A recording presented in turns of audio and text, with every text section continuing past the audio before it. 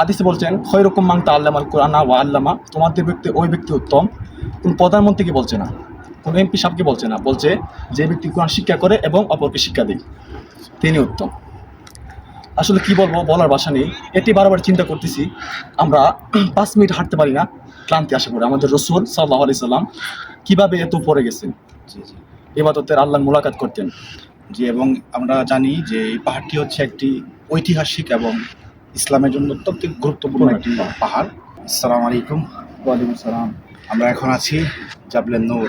আলহামদুলিল্লাহ, এটি অবশ্যই শারীরিকভাবে একটু কষ্টদায়ক, বাট মোটেও এটি আমাদের হৃদয়, আমাদের বিশ্বাস এবং আমাদের আকীদাকে দূর করতে পারে না ইনশাআল্লাহ। কেননা মুসলমানদের জন্য এটি ইবাদত সৌভাগ্যের ব্যাপার, রহমত। ঠিক না? আমাদের জন্য রহমত। আলহামদুলিল্লাহ, আমরা এখন জাবলে নূরের প্রায় কাছে বলা যায়, 4 ভাগের 1 ভাগ সামথিং বাকি আছে। 642 ফুট, যদিও এটা নিচে থেকে দূরত্ব। যাই হোক, একদম উপরে এসে আমরা একজন বাংলাদেশি বাইকে পাইলাম। আসলে ভাই, আপনার সাথে একটু কথা বলি। আপনার নাম? মোহাম্মদ তোফায়েল আহমেদ। তোফায়েল আহমেদ, মাশাআল্লাহ। বাংলাদেশে কোথায় আপনার বাসা? আমার বাসা ব্রাহ্মণবাড়িয়া।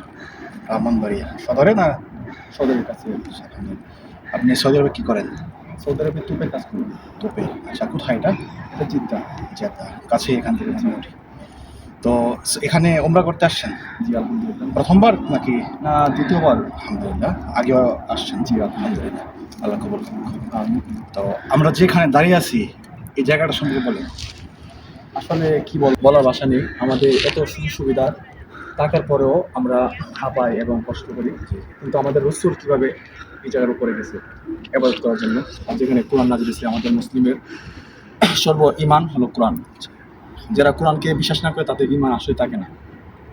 তাই আর আমি ছোট মানুষ, আমার ভিতরে এত এলেম নেই, তারপরও আলেম ওলামার কাছ থেকে শুনি এবং শোনার বা যতটুকুই ইসলামের দায়িত্ব, মানে যতটুকু তুমি শিক্ষা করবা অতটুকু অপরকে জানাই দিবা। হাদিসে বলছেন খয়রুকুম মান তাআল্লামাল কুরআনা ওয়া আল্লামা, তোমাদের ব্যক্তি ওই ব্যক্তি উত্তম। কোন প্রধানমন্ত্রীকে বলছে না, কোন এমপি সাহেবকে বলছে না, বলছে যে ব্যক্তি কোরআন শিক্ষা করে এবং অপরকে শিক্ষা দেয় তিনি উত্তম। আসলে কি বলবো, বলার ভাষা নেই। এটি বারবার চিন্তা করতেছি, আমরা 5 মিনিট হাঁটতে পারি না, ক্লান্তি আসে পড়ে। আমাদের রাসূল সাল্লাল্লাহু আলাইহি সাল্লাম কিভাবে এত পড়ে গেছেন, জি জি ইবাদতের আল্লাহর মুলাকাত করতেন। জি এবং আমরা জানি যে এই পাহাড়টি হচ্ছে একটি ঐতিহাসিক এবং ইসলামের জন্য অত্যন্ত গুরুত্বপূর্ণ একটি পাহাড়। এখানে আমাদের নবী করিম সাল্লাল্লাহু আলাইহি সাল্লামের উপর প্রথম ওহী নাজিল হয়। জি। এবং ওহী নাজিল হওয়ার আগেও আমাদের নবী এখানে ইবাদত করতেন, মগ্ন থাকতেন, ধ্যান থাকতেন। তো সেই হিসাবে এই পাহাড়টি একজন মুসলমান হিসাবে আমাদের কাছে অত্যন্ত গুরুত্বপূর্ণ। এবং আমাদের নবীর ওই সময়কার জীবন, তার জীবন জীবিকার যে ধরন, তার জীবনের যে কষ্টগুলি, যে অর্জনগুলি, এগুলিকে আসলে বুঝতে চাইলে, এগুলিকে আসলে অনুধাবন করতে চাইলে এই জায়গাগুলি মানে দেখার বা এই জায়গাগুলি সম্পর্কে জানার কোনো বিকল্প নেই। ওনার অনুভূতি জানলাম, অত্যন্ত ভালো লাগলো যে এই কষ্টটা আসলে ওনার হৃদয়টাকে ছুঁইতে পারে নাই। এই কষ্টটা আসলে ওনাকে ক্লান্ত করতে পারে নাই, শুধুমাত্র এই কারণে যে এটা আমার নবীর এখানে পদচরণ ছিল, এখানে নবীর সময় কাটতেন, নবী ইবাদত করতেন।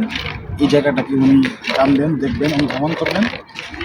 এই যে ওনার ভিতরে আকাঙ্ক্ষা, এগুলো আসলে ক্লান্ত করতে পারবে। ধন্যবাদ। দিক বিবেচনা করলে আসলে এটা কষ্ট না, বরং এটা আমাদের জন্য সৌভাগ্য যে আমরা নবীর উম্মত হয়েও আমরা দেখতে পাচ্ছি যে নবীর কষ্টটা যে এমন ছিল উপলব্ধি করতে পারছি, ঠিক না? এটা আসলে কষ্ট না, এটা ইবাদত। আল্লাহ